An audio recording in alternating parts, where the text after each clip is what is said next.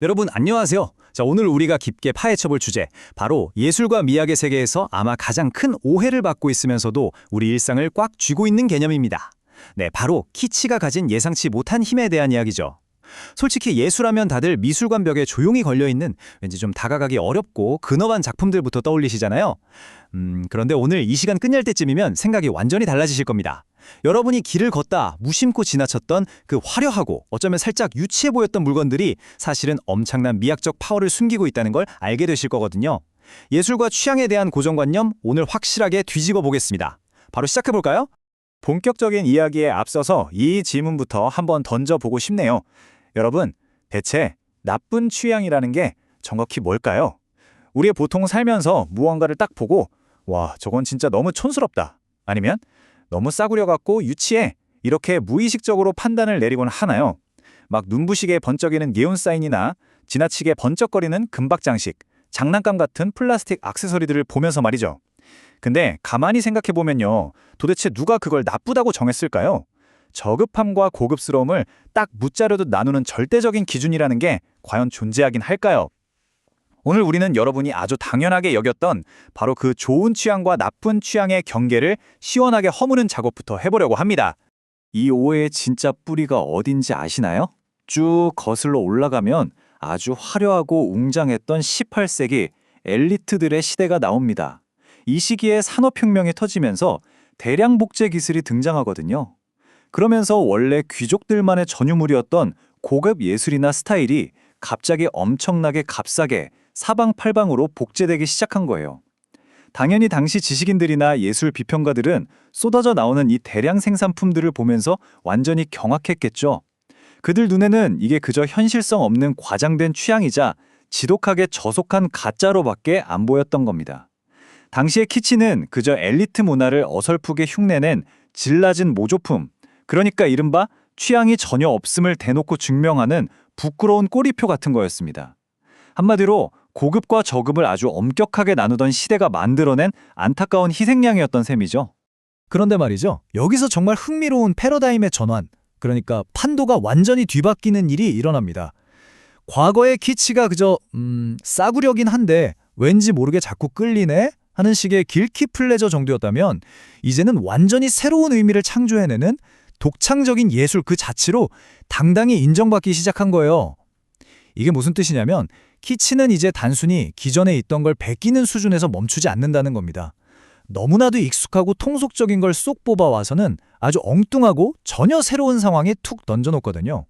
그럼 어떻게 되느냐? 기존에는 아예 존재하지 않았던 완전히 새로운 의미가 펑 하고 터져 나오는 겁니다. 대중문화의 코드를 뻔뻔하게 가져다 쓰면서도 오히려 그 속에서 자기 자신을 엄청나게 강력하게 드러내는 고도의 독창적인 예술 표현 방식으로 훌쩍 진화해버린 거죠. 자, 이 극적인 전환을 이끌어낸 아주 결정적인 인물이 있습니다. 다들 한 번쯤 들어보셨을 거예요. 바로 제프 쿤스입니다. 놀이공원이나 애들 생일 파티 가면 흔히 만들어주는 그 싸구려 풍선 강아지 있죠? 한번 떠올려 보세요. 가장 일상적이고 유치한 진짜 전형적인 키치 그 자체잖아요. 그런데 제프 쿤스는 이 툭 치면 터질 것 같은 연약하고 흔해 빠진 풍선 인형을 거대하고 번쩍거리는 스테인리스 스틸로 완벽하게 재현해서 미술관 한가운데 떡하니 세워놓았습니다. 고급 예술의 그 무거운 엄숙함에 정면으로 도전장을 팍 내민 거죠. 바로 이 순간 늘 뻔하고 유치하게만 취급받던 키치가 사람들의 뒤통수를 치면서 하이엔드 예술계의 심장부로 아주 깊숙하게 뚫고 들어가게 됩니다. 그럼 이 엄청난 도발이 도대체 어떤 결과를 낳았을까요? 여러분, 놀라지 마세요. 무려 9,100만 달러입니다. 한국 돈으로 치면 1,000억 원을 훌쩍 넘겨버리는 이 어마어마한 천문학적 금액이 바로 2013년 크리스티 경매에서 그 오렌지색 풍선 강아지가 기록한 실제 낙찰가입니다. 믿어지시나요? 이 단 한 번의 경매로 제프 쿤스는 살아있는 가장 비싼 미술가라는 엄청난 타이틀을 거머쥐었습니다. 진짜 대박이죠?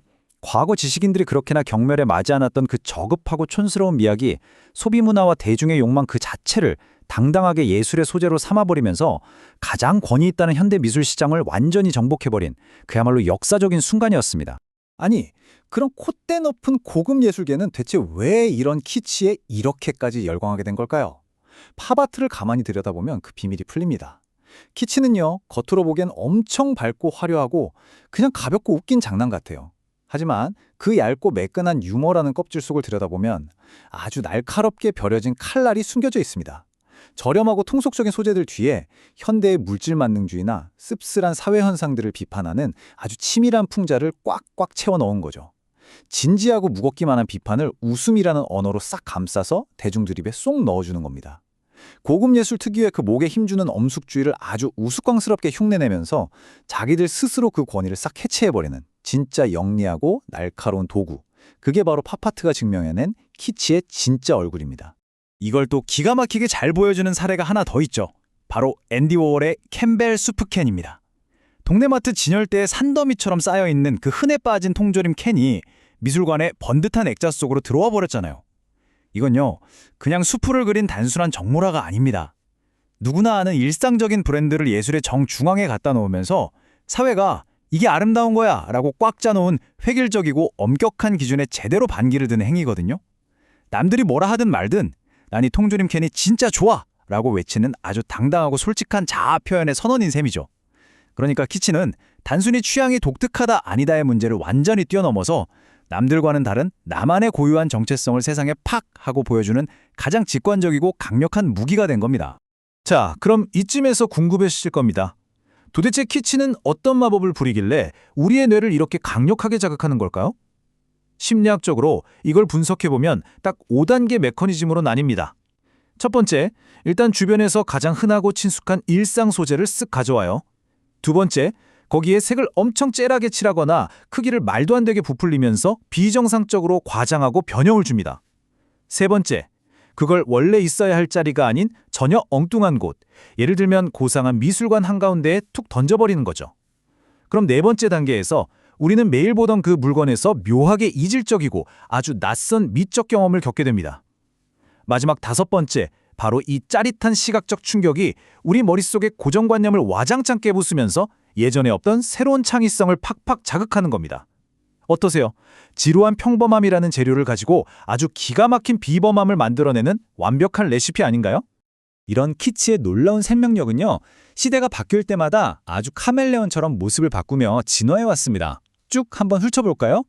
1990년대 키치는 주류 문화에 대항하는 반항적인 인디 문화의 상징이자 폼 잡는 사회를 향해 던지는 날카로운 아이러니였다면요.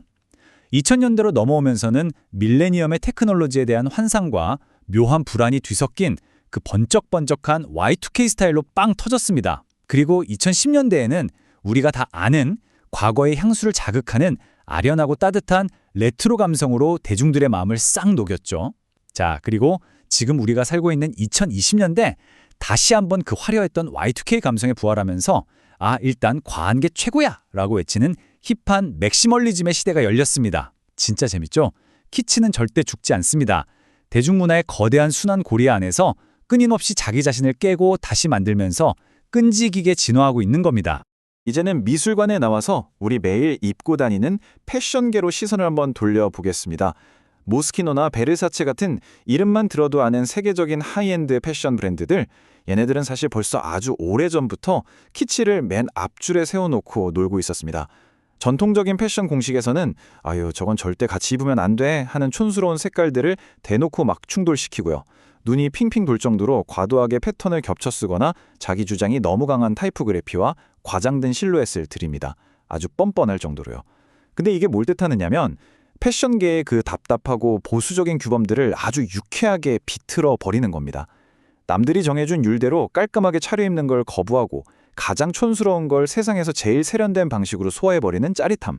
그게 바로 오늘날 런웨이를 씹어먹는 패션계의 궁극적인 키치적 태도입니다. 그럼 우리가 먹고 자고 머무는 공간, 인테리어는 어떨까요? 사실 꽤 오랫동안 아무것도 없이 텅 비우고 차분한 미니멀리스트 인테리어가 거의 정답처럼 여겨졌잖아요. 비우는 게 미덕이다 하면서요. 하지만 요즘에는 색깔, 질감, 패턴이 그야말로 쾅쾅 폭발하는 티치한 맥시멀리즘 공간이 엄청난 주목을 받고 있습니다. 물론 어떤 분들은 정신없어, 저게 뭐야 하실 수도 있어요. 인정합니다. 하지만 이런 공간을 자세히 들여다보면요, 그 안에는 주인의 진짜 취향, 소중한 기억들, 그리고 무언가를 열렬히 사랑하는 마음이 빈틈없이 꽉꽉 들어차 있습니다. 숨막힐 정도로 생동감이 넘쳐 흐르죠.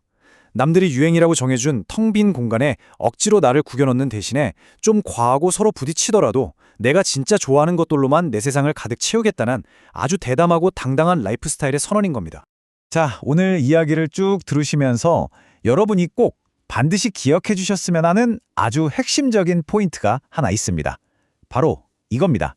키치는 누군가 만들어 놓은 좋은 취향이라는 낡은 규칙으로부터의 완벽한 해방이다. 사실 무언가가 아름답다, 아니다를 판단하는 데 있어서 절대적인 기준이라는 건 애초에 없어요. 시대에 따라, 문화에 따라 그냥 계속 바뀌는 거거든요. 키치가 우리한테 진짜 하고 싶은 말은 아주 명확합니다. 무엇이 진짜 아름다운가는 세상이 정해주는 게 아니라 지극히 내 개인적이고 주관적인 경험 속에서 나온다는 사실이죠. 키치는 고급스럽다, 저급하다, 좋다, 나쁘다 하는 그런 뻔한 이분법을 그냥 시원하게 비웃으면서 가뿐히 뛰어넘습니다. 우리 마음속 깊은 곳에 숨어있는 복잡하고 다양한 욕명들을 눈치 보지 않고 마음껏 드러내게 해주는 우리 일상 속에 진짜 통쾌하고 즐거운 반란인 셈이죠. 자, 이제 마지막으로 여러분께 이 도발적인 질문을 툭 던지며 오늘 해설을 마무리해볼까 합니다.